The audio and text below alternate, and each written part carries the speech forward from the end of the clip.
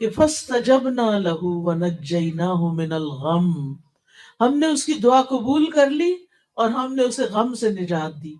تو اس سے یہ پتہ چلتا ہے کہ جب ہم آیت کریمہ پڑھتے ہیں لا الہ الا انت سبحانک انی کنت من الظالمین، اللہ کے سوا کوئی عبادت کے لائق نہیں، اے اللہ تو پاک ہے، میں یقیناً ظالموں میں سے، قصور میرا اپنا ہے، گناہ میرے اپنے ہیں، غلطیاں میری ہیں۔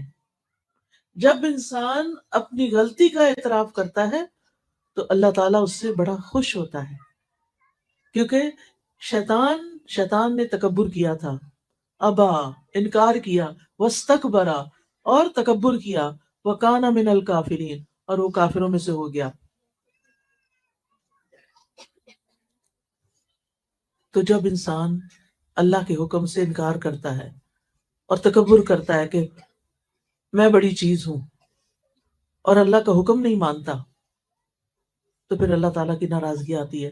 شیطان انسان کا دشمن ہے، شیطان انسان کے پیچھے لگا رہتا ہے اور وہ اس کے دل میں طرح طرح کے خیالات ڈالتا ہے، وسوسے ڈالتا ہے، اور کبھی کبھی اس کو ایسی باتیں سجاتا ہے، اللہ نے تمہارے لیے کیا کیا، تمہاری تو کوئی دعا ہی قبول نہیں ہوتی، کوئی فائدہ نہیں اللہ تعالیٰ کو پکارنے کا، جاؤ کسی اور کے پاس۔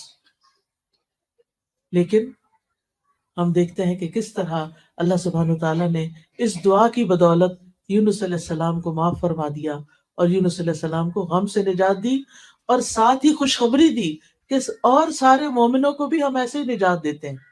یعنی مطلب کیا تھا کہ اگر کوئی شخص کسی تکلیف اور غم اور مصیبت کے وقت یہ دعا پڑھتا ہے تو اللہ تعالیٰ اس کی تکلیف کو دور کر دیتے ہیں۔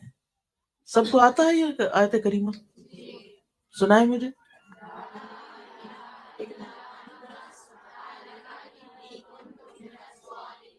شابش، بہت ہی اچھا۔ تو اس سے کیا پتہ چلتا ہے کہ جب دل پہ بوجھ آئے، جب دل پہ غم آئے، جب کوئی فکر آئے، جب دل اداس ہو، جب دل پریشان ہو، تو کیا کریں؟ یہ آیت کریمہ پڑھیں، تسبیح پڑھیں۔ تسبیح غموں کا علاج ہے۔ آپ دیکھیں یہاں بھی وہ کیا کہتے ہیں، سبحانک، تو پاک ہے، اللہ تیرا کوئی قصور نہیں، غلطی میری اپنی ہے، تو پاک ہے، تو ظلم نہیں کرتا، تو کسی پہ زیادتی نہیں کرتا، تو سب کا مولا ہے، تو سب پہ رحم فرماتا ہے، غلطی میری اپنی۔ آپ دیکھیں کہ آدم علیہ السلام نے جب شیطان کے بہکاوے میں آ کے اس درخت کا پھل کھا لیا تھا جسے منع کیا گیا تھا، تو پھر کیا ہوا؟ اللہ تعالیٰ ناراض ہو گئے۔ انہوں نے اللہ تعالیٰ کو کیسے منایا؟ ربنا ظلمنا انفسنا وان لم تغفر لنا وترحمنا لنکونن من الخاسرین۔ آپ تو سب پڑھے لکھے ہیں ماشاءاللہ، بہت ہی خوشی ہو رہی ہے مجھے کہ آپ کو اتنی دعائیں آتی ہیں اور ضروری دعائیں آتی ہیں۔ اس دعا کا بھی مطلب کیا ہے کہ اے ہمارے رب، ہم نے اپنی جان پہ ظلم کیا، اگر تو نہیں بخشے گا اور تو رحم نہیں فرمائے گا ہمارا تو بڑا نقصان ہو جائے گا۔ تو اپنی غلطی مان لینا، اپنے گناہوں پہ توبہ کر لینا، اپنے کسی قصور کو یاد کر کے رو دینا، یہ اللہ تعالیٰ کی رحمت لاتا ہے اور دعائیں جلدی قبول ہوتی ہیں۔ اچھا، ہمارا عام طور پر رواج یہ ہے کہ جب کوئی تکلیف آتی ہے تو ہم لوگوں کو کہتے ہیں مجھے پڑھ کے دے دو۔ اچھا، وہ جب پڑھتے ہیں تو وہ کہتے ہیں انی کنت من الظالمین، وہ تو اپنے قصوروں کی معافی مانگ رہے ہیں، آپ کو کیا دیں گے وہ؟ انہوں نے یہ تو نہیں کہا کہ یہ لڑکی جس نے مجھے کہا ہے یہ بڑی ظالم ہے، نہیں، وہ تو نہیں کہہ سکتے۔ تو ہر انسان کو خود اپنے لیے پڑھنا چاہیے، ٹھیک ہے نا، زیادہ سے زیادہ۔ اور اس میں کوئی شرط نہیں ہے کہ ضرور 1.25 ہی پڑھے، آپ چاہیں تو 2 لاکھ پڑھ لیں، کسی نے منع نہیں کیا، 4 لاکھ پڑھ لیں، یا آپ چاہیں تو جتنی دفعہ آپ سے پڑھا جاتا پڑھ لیں۔ لیکن اصل چیز کیا ہے کہ آپ کے اندر ایک تاثیر ہونی چاہیے، پڑھتے وقت آپ کا دل رونا چاہیے، اللہ میری سے غلطی ہو گئی ہے، اس وجہ سے میری شامت آئی ہے، آپ مجھے معاف کر دیں۔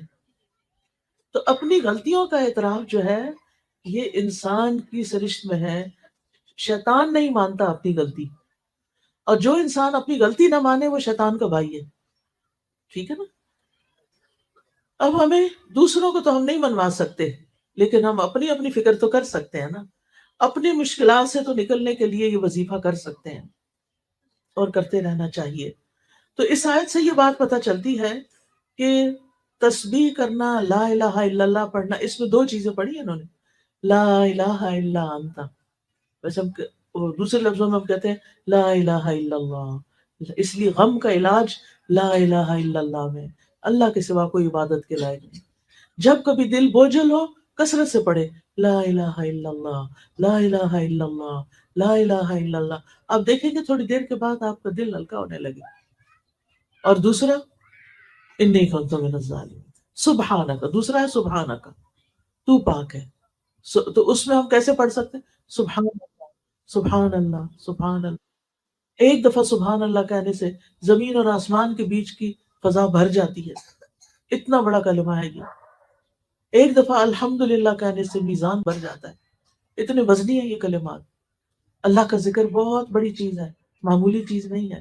وَلَا ذِكْرُ اللَّهِ اکبر، اس لیے ہمیں کثرت سے اللہ کو پکارنا چاہیے، اور جو اللہ کو پکارتا رہتا ہے، الا بذکر اللہ تطمئن القلوب، خبردار، اللہ کے ذکر سے دلوں کو اطمینان آ جاتا ہے۔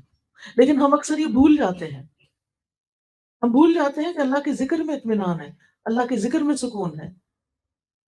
تو اللہ سبحانہ تعالیٰ کو ہر حال میں یاد کرتے رہے، اور تسبیح پڑھتے رہیں، اور لا الہ الا اللہ توحید کا اقرار کرتے رہیں۔ اس دعا کے بارے میں نبی صلی اللہ علیہ وسلم نے فرمایا، یونس علیہ السلام ذوالنون کی دعا جب وہ مچھلی کے پیٹ میں تھے، یعنی لا الہ الا انت سبحانک انی کنت من الظالمین، جب بھی کوئی مسلمان کسی معاملے میں ان الفاظ کے ساتھ اپنے رب سے دعا کرے، اس کی دعا ضرور قبول ہوگی۔ یعنی اگر آپ کی کوئی اور دعائیں بھی ہیں، کوئی حاجتیں ہیں، تو یہ تسبیح پڑھ کے ایک دفعہ پڑھے، دو دفعہ پڑھے، تین دفعہ، پانچ دفعہ، جتنا آپ کے پاس ٹائم ہے، یا دعا مانگنے سے پہلے آپ پڑھ لیں اور پھر اپنی دعا کریں۔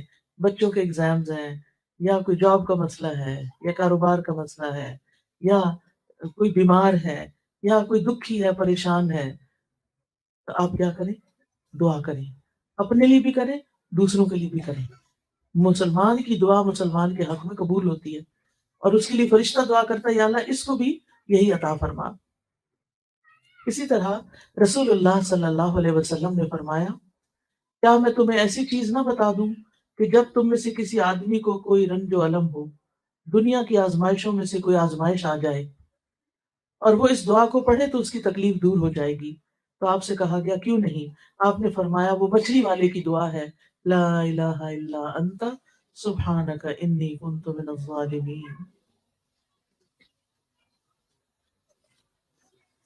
اس دعا کو دعائے کرب کہا جاتا ہے، یعنی کرب و بلا کے وقت یہ دعا پڑھی جائے۔ اس دعا میں نا چار چیزوں کو وسیلہ بنایا گیا ہے، ایک توحید کو، ایک تسبیح کو کہ اللہ ہر عیب سے پاک ہے، اور پھر اپنی عبادت کے اقرار کو، اور اپنی غلطیوں کے اعتراف کو۔ یہ چار چیزیں ہیں خاص اس دعا کے اندر، جس کی وجہ سے دعا کی قبولیت ہوتی ہے۔ جب انسان لا الہ الا اللہ کہتا ہے، توحید کا اقرار کرتا ہے، تو اس کا مطلب یہ ہوتا ہے کہ یا اللہ میں کچھ نہیں، میرے ہاتھ میں کچھ نہیں، انسانوں کے پاس کچھ نہیں، اصل میں تو تیرا نام ہے، اصل میں تو سب کچھ کرنے والا تو ہے، شفا تو دیتا ہے، دکھی لوگوں کے دکھ دور تو فرماتا ہے، بھوکوں کو تو کھلاتا ہے، یعنی سب کچھ تو ہی کرتا ہے، زمین آسمان کا نظام تو ہی چلاتا ہے، ہر چیز تیرے اختیار میں ہے، تیرے قبضہ قدرت میں ہے۔ تو جب ہم یہ اقرار کرتے ہیں تو پھر اس کے نتیجے میں اللہ تعالیٰ ہم سے راضی ہوتا ہے، کیونکہ اللہ تعالیٰ سب سے بڑا ہے، اور اللہ تعالیٰ کو یہ پسند ہے کہ بندے اس کی بڑائی کا اظہار کریں۔ پھر اللہ تعالیٰ ہر عیب اور ہر نقص سے پاک ہے، اور جب ہم یہ یقین کر لیتے ہیں نا، تو پھر ہمارے دل میں اللہ تعالیٰ کے لیے بدگمانی نہیں آتی، پھر بندہ اللہ سے ناراض نہیں ہوتا۔ کئی لوگوں کو دیکھا گیا ہے، اگر ان کا مسئلہ حل نہ ہوتا نماز ہی چھوڑ دیتے ہیں۔ توبہ توبہ، اس سے توبہ کرنی چاہیے، کبھی بھی اللہ تعالیٰ کے ساتھ ضد نہیں لگانی چاہیے۔ کیا کوئی اللہ سے جیت سکتا ہے؟ کوئی اللہ کو ہرا سکتا ہے؟ ہرگز بھی نہیں، کبھی بھی نہیں ہو سکتا۔ اس لیے اپنی یعنی اپنی غلطیوں کو دیکھنا چاہیے، اللہ تعالیٰ سے بدگمان نہیں ہونا چاہیے۔ بعض اوقات ایسا ہوتا ہے کہ ہماری زندگی میں کوئی ایسی چیز آ جاتی ہے جو ہمیں بڑی ناپسند ہوتی ہے، مثلاً کسی لڑکی کی شادی کسی ایسی جگہ ہو گئی کہ اس کے سسرال اس کو پسند نہیں ہے، کسی کو اپنا شوہر پسند نہیں، کسی کے لیے کوئی اور مشکل کھڑی ہو گئی، ایسی چیزیں زندگی میں ہوتی رہتی ہیں نا۔ پھر انسان کہتا ہے اب میں کیا کروں، کس طرح اس مسئلے سے نکلوں، کیا کروں، کیسے کروں؟ لیکن جب وہ یہ دیکھتا ہے کہ اللہ تعالیٰ فرماتے ہیں قرآن مجید میں عَسَىٰ أَن تَكْرَهُوا شَيْئًا وَيَجْعَلَ اللَّهُ فِيهِ خَيْرًا كَثِيرًا، ہو سکتا ہے ایک چیز تمہیں سخت ناپسند ہو اور اللہ تعالیٰ اس میں بہت بڑی خیر ڈال دے۔ بعض اوقات آپ کی ٹرانسفر کسی اور شہر میں ہو جاتی ہے، آپ کا کاروبار کہیں اور ہوتا ہے، آپ کو اپنے دوست، ماں باپ، بہن بھائی چھوڑنے پڑتے ہیں، یہ سارے دکھ کے وقت ہوتے ہیں، لیکن پھر آپ کیا سوچتے ہیں اس میں بھی کوئی خیر ہوگی، اس کے پیچھے بھی کوئی حکمت ہوگی، اللہ تعالیٰ میرے حق میں کبھی بھی برا نہیں کرتا، اللہ تعالیٰ بڑا ہی مہربان ہے، یا اس میں کوئی خیر ہوگی، کوئی فائدہ ہوگا۔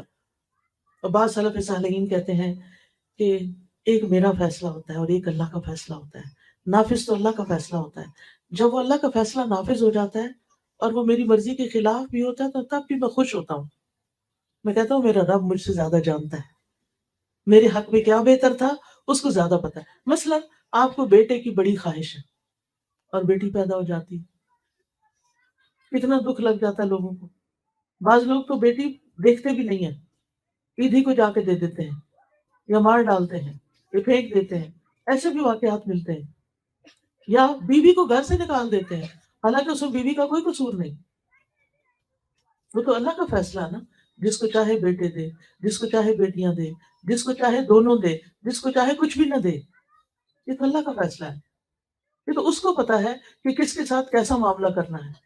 بندے کا کام کیا ہے کہ اللہ کے فیصلوں پہ راضی ہو جائے، یہ سوچ کے کہ اللہ زیادہ علم والا ہے، اللہ کی حکمت زیادہ ہے، اگر مجھے نہیں پتا تو یہ میری اپنی عقل کا قصور ہے کیونکہ میری عقل چھوٹی ہے۔